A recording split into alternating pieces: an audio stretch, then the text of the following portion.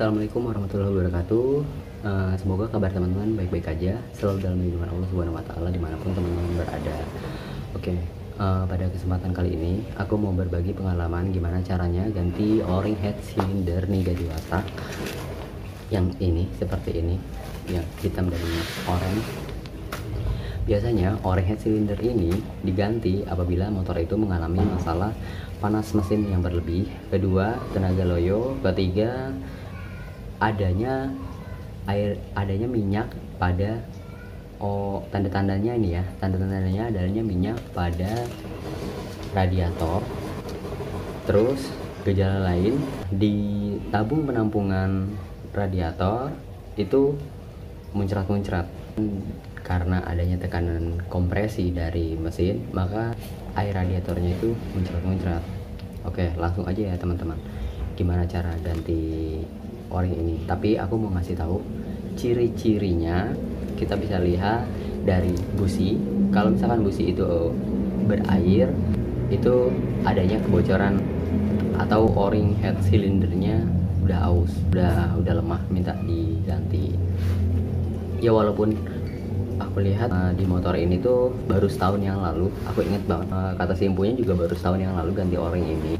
Sebenarnya sih nggak ngalamin tanda-tanda seperti itu, cuman karena si empunya minta ganti, mungkin terlalu protektif ya sama motornya. Ya maklum lah, pelatih gym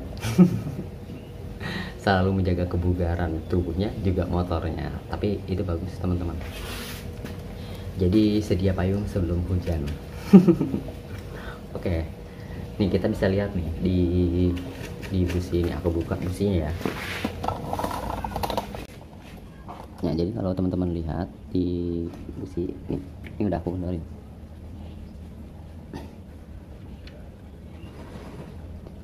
Bener nggak ya?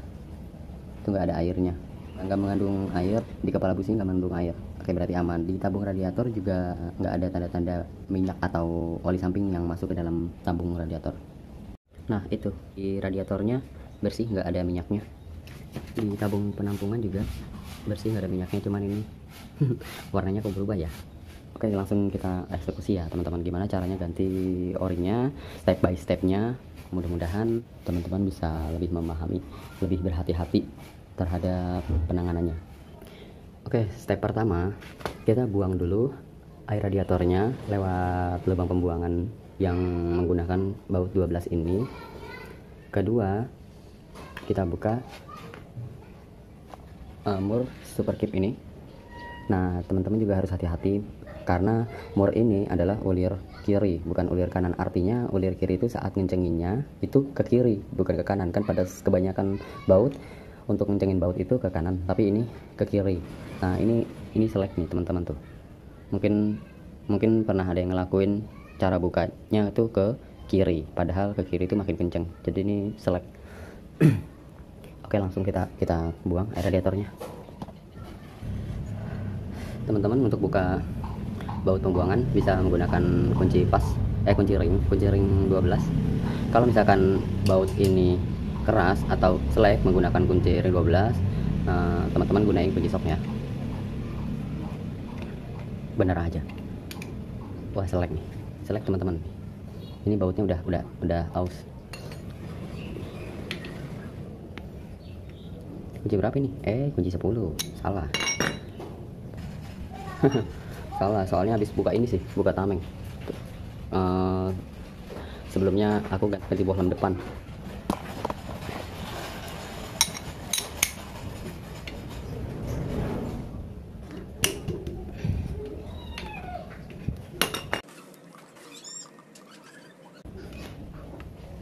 Nah Kalau teman-teman lihat kok nggak netes, tutup radiatornya, teman-teman buka juga, baru nanti airnya bisa keluar karena ada kevakuman di sini. Nah, tuh, tutup radiatornya harus dibuka. Terus setelah airnya keluar, kita buka, kita kendorkan, kita buka mur super keep ini. Terus setelah itu baut 10 ini dan semua mur head juga selang ini, selang output radiator.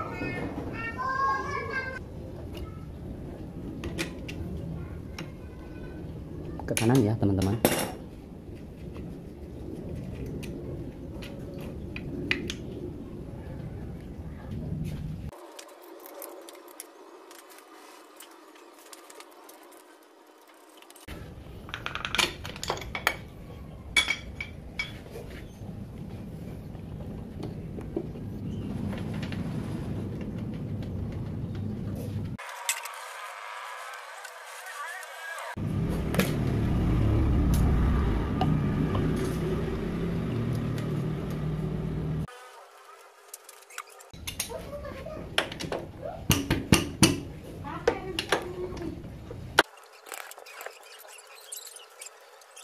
Nanti setelah murnya ini terlepas, apabila teman-teman mengalami kesulitan buat buka headnya, jangan sekali-kali dicongkel ya. Kalau bisa sih jangan dicongkel bagian tengahnya antara sambungan blok silinder dan head silinder, nanti akan rusak. Cukup cabut, atau kalau misalkan sulit, teman-teman pukul-pukul aja pakai palu karet atau kayu. Nah, pembakarannya lumayan. Ini kalau ciri-ciri seperti ini tuh ya, ciri-ciri seperti ini tuh agak boros oli sampingnya, basah. Oke. Nah, nanti biasanya teman-teman tuh ngalamin masalah ini loh, kesulitan masang o-ring head silindernya. Masang o-ring ini agak-agak sulit nih. Nanti kelihatannya tuh kok lebarnya ini ya, apa namanya? Kok kelebaran ya o-ringnya? Itu bukan kelebaran, memang originalnya tuh seperti itu teman-teman. Emang agak sulit nih masang o-ring yang hitam ini nih biasanya. Bukan biasanya, emang udah sering. Ini tuh sulit masang o-ring ini. Soalnya terlalu lebar. Tapi memang sudah didesain dari Kawasaki seperti itu teman-teman. Jadi teman-teman tuh harus betul-betul bersih saat nanti mau pasang yang baru. Permukaan sini, nah permukaannya ini harus benar-benar bersih, nggak boleh ada kerak atau kotoran yang masih nempel di jalur o-ring ini. Harus betul-betul bersih karena memang betul-betul sulit masangnya. Ada apa namanya? Jadi begini nih. Jadi nanti begini nih. Ini masih yang lama ya. Cuma hanya sebagai contoh. Nah, nanti teman-teman udah masukin sini jalurnya, di jalur o-ring itu, nanti pasti ada begini nih. Nih. Nah, seperti gini, seperti ada kelebihan. Itu tuh memang udah seperti itu desainnya teman-teman dari Kawasaki, untuk supaya benar-benar bagus, nggak ada kebocoran. Memang agak ada lebihnya, tapi teman-teman bisa ngeratainnya pelan-pelan. Jadi harus betul-betul dipasin banget. Jadi geser-geser pelan-pelan sama teman-teman, ditekan-tekan, nah, gitu. Makanya permukaannya itu harus bersih, nggak boleh ada yang ganjel. Oke, ini aku bersihin dulu ya. Bersihinnya saya menggunakan obeng setting, obeng min kecil, atau amplas, atau sikat kawat juga boleh.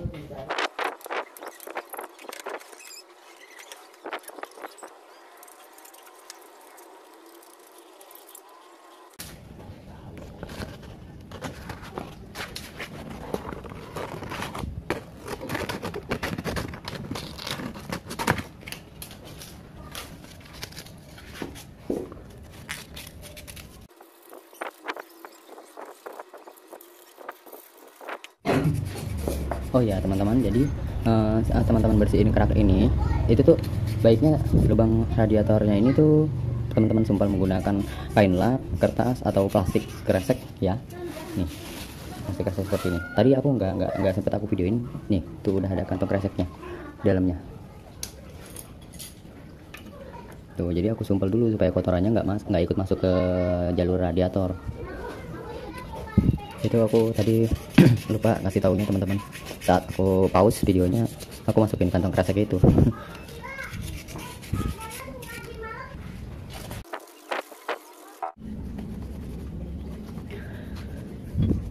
Nah, jika dirasa sudah cukup bersih teman-teman, penyumbat yang teman-teman buat tadi di jalur radiator teman ambil. Nah, jangan lupa teman-teman keluarin ya. Oke, setelah itu kita pasang yang ini dulu, yang oranye dulu, yang tengah, baru kemudian yang hitam.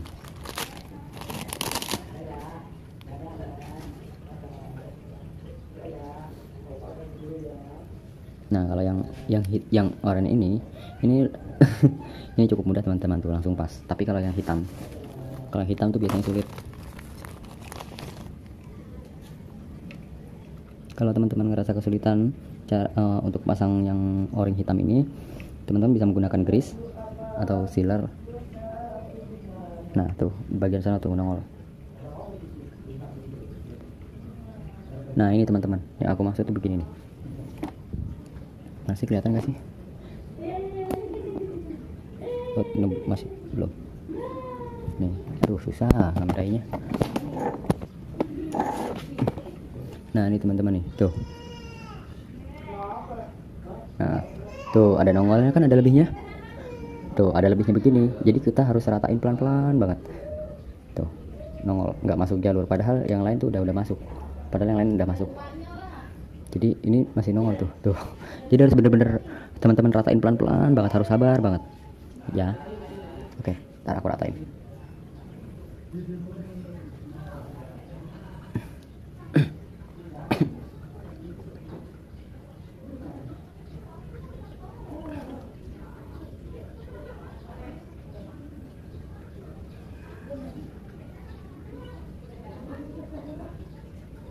Oke. Tuh teman-teman udah rata ya. Bagian sini udah rata nih. Maaf. Nih bagian sini tuh teman-teman perhatiin, nggak boleh ada yang keluar lagi ya. Tuh harus rata seperti itu. Emang kadang cukup sulit karena masih ada kerak-kerak yang menyisa di celah dudukan o-ring ini. Jadi teman-teman harus sabar pasangnya. Kalau misalkan teman-teman nih masih kurang masuk nih, masih ada lebihnya, itu teman-teman siasati lagi jalur o-ring itu masih ada kerak atau enggak, masih ada kotoran atau enggak yang ganjel. Oke, kita pasang headnya setelah headnya ini dibersihin. Udah cukup bersih ya teman-teman. Nah, kalau udah cukup bersih, teman-teman langsung pasang aja. Hati-hati teman-teman sambil perhatiin tuh o-ringnya akan keluar lagi atau enggak.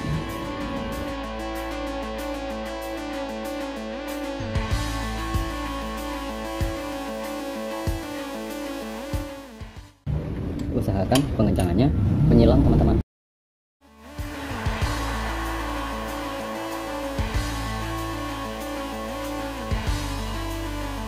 Setelah mur head cylinder sudah kencang semua, businya bersihin, pasang ya.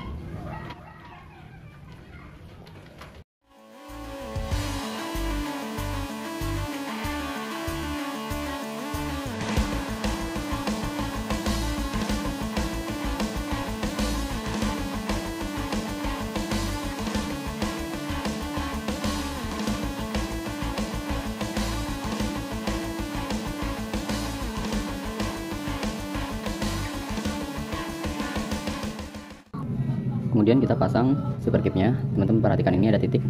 Nah, titik ini harus bertemu dengan titik di antara dua titik yang ada di gear yang ini. Jadi bertemunya di tengah-tengah seperti ini teman-teman. Nah, oke ya teman-teman semua pasti tahu. Nah, jadi supaya super kipnya bisa fungsi.